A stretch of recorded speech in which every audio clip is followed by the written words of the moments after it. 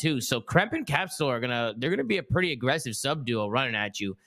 So it might work. Because Mac was like the complete opposite of Capsule, I feel like. No? Wasn't Mac? I feel like Mac's play style is so different to Capsule. Yeah, I think the ceiling of this team is going to be on Smart.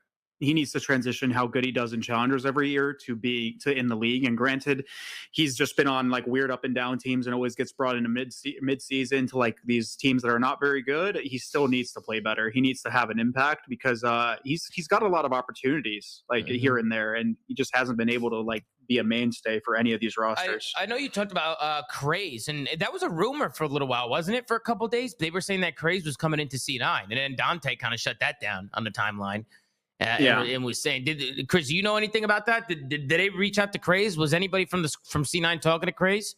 I mean, I have no idea what they were doing. I just saw the rumors. I don't have a lot of like insider information. No, I thought you might have had some info for us. You know these cats over there that challengers. I didn't ask, but I mean, yeah, like I said, Craze is good.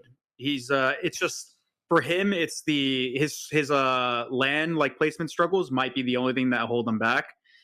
For maybe getting on one of these teams because he's just won a ton of online shit and he hasn't had the best land placements. So that might be something that might deter people from wanting to pick him up. But I think he's good. He's probably like next up when it comes to the subcategory. Yeah, a few people in the chat are talking about Reese Vivid. I also saw a post on Reddit talking about Vivid.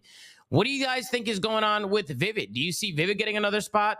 I was talking about it before we started the show with my chat. Just kind of Vivid. I feel like he's always going to a team. They're getting dropped into a team. They're getting dropped. And it's just that same cycle over and over again. And I just really can't figure out what it is, right? Because when Reese was on Carolina, I wouldn't even say he was their worst player, right? Like when they went to LAN, like I don't think he performed bad. I mean, statistically, when you look at it, he was definitely their worst player.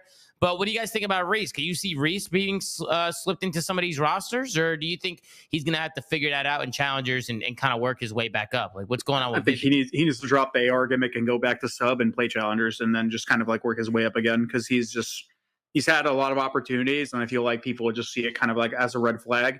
He has been on like an off roll this year, but even when he went to the challengers, I think his first team that he played challengers with, I think he played at the last LAN. He was running an AR again. So I don't know. He's got to figure it out, but he was definitely better as a sub. Mm-hmm. Yeah, we'll more see. Impactful.